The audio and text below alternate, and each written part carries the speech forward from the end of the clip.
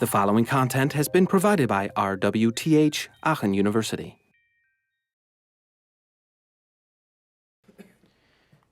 All right, the next one is the Apple Knowledge Navigator. This came out a couple years later, in 1988. So the Apple Mac had been out for a few years, 1984, and people were beginning to see the possibilities of two things.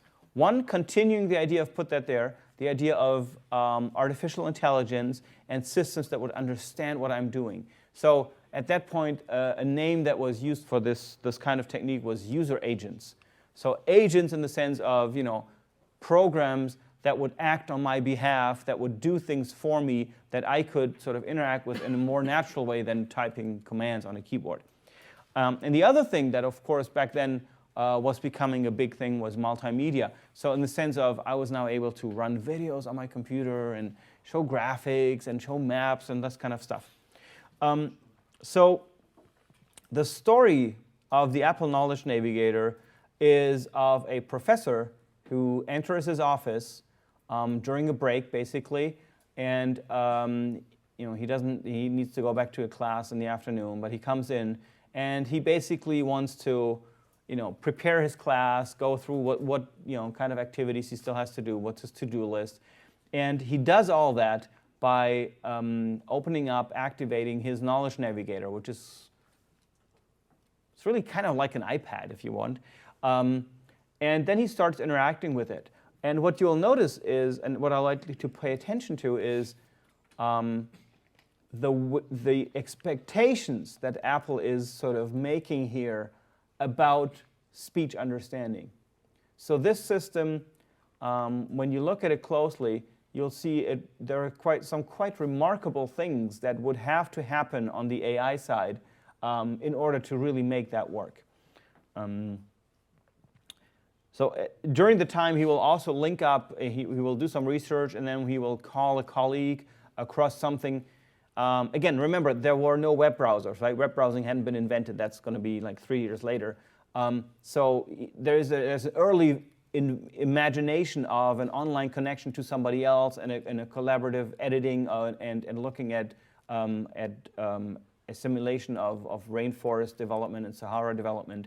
And they kind of work out some ideas together, and all of a sudden they start doing research. While he was really only calling her to ask her to help out in his class. In the end, he kind of talks her into being on the big screen during his class and sort of giving some expert insight and helping him to run his class.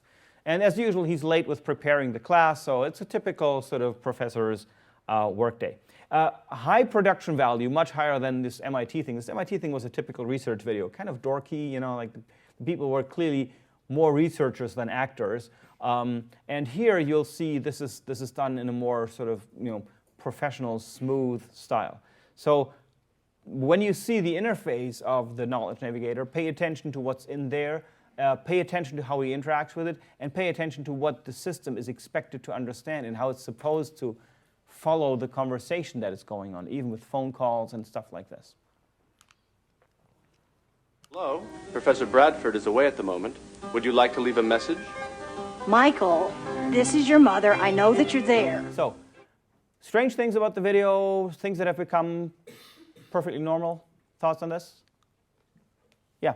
Still today, it seems like a future iPad version. Yeah, it's not quite on my iPad yet either, yeah. So what is it that seemed so sort of futuristic about it? The voice seemed very natural, and all of the interactions seem like it's a real person. Yeah, much more natural interaction than with the Put That There video. Well, the Put That There actually worked, right? This obviously was a fake, right? This was a video prototype that wasn't actually technically working, which is perfectly fine, right? That's not a criticism. On the contrary, I think you need to, if you want to have a vision of a system that you think is going to be out there in this case, it was around 20 years in the future, right? This was 88, the video was made, and they were talking about the year 2010, right? So you got to fake stuff, right? Otherwise you're not going to show something futuristic. Yeah?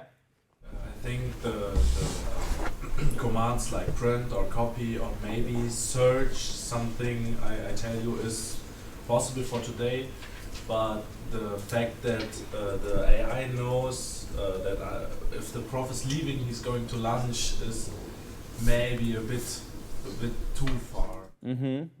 So when he walks out, and then this thing takes the messages and stuff.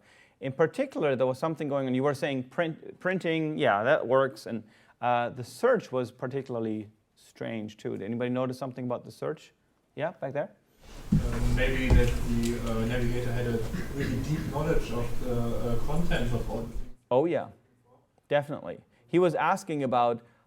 He didn't know the name right. He said like Flimson or something. So the Knowledge Navigator fixed that up, and then he said, "I'm looking for an article where he disagrees with Jill's research." That is, fairly deep semantic understanding of what the article is about, right? So I don't see Google telling me that today, So that's quite an interesting point of view. And when he was talking to his colleague, and at some point he paused, and the system recognized that he was looking for a certain factor, whatever it was, and filled in the gap. So it was constantly listening, and he didn't give a specific command or anything, but just by the gap, the system recognized that it has to provide some information. Right, and that's what I thought when I was watching this video in the past, and today I realized something when watching it again. I think at that moment he's glancing up on the screen. So he's looking at his colleague on the video screen, and then when he's like, it's not until, and he seems to be glancing up, this may suggest, although maybe I'm reading stuff into this, that it's to do with eye contact. Like, it would be like if there was an actual assistant like Philip sitting there, and I'm like, okay, and so the next assignment is going to be about, and then I look over there and like have a panicky look, and then Phil will fill in the information. It could be an interaction like that. And again, not something that's readily available today, but we could see how the story kind of really made sense, right? It really felt quite natural. I thought it was a bit strange that all the things you could do with the system are like really advanced, but the system itself, so the telephone or a laptop was still like a telephone and fixed to the desktop, and he couldn't take it with him. Yeah, like why did he leave this thing behind? Why didn't he just pick it up like like a tablet or something? Correct. And I mean, of course, also this was supposed to look like a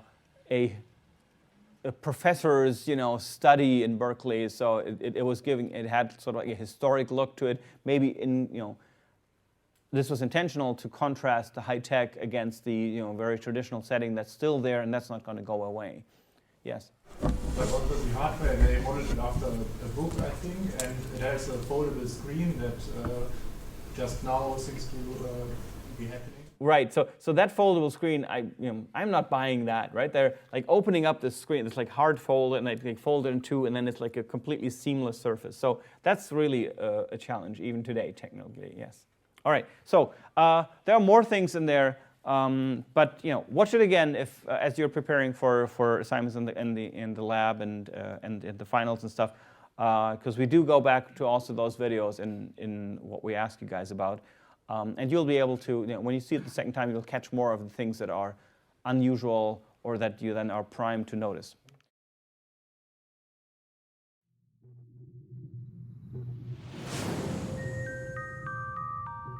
This content was provided by RWTH Aachen University.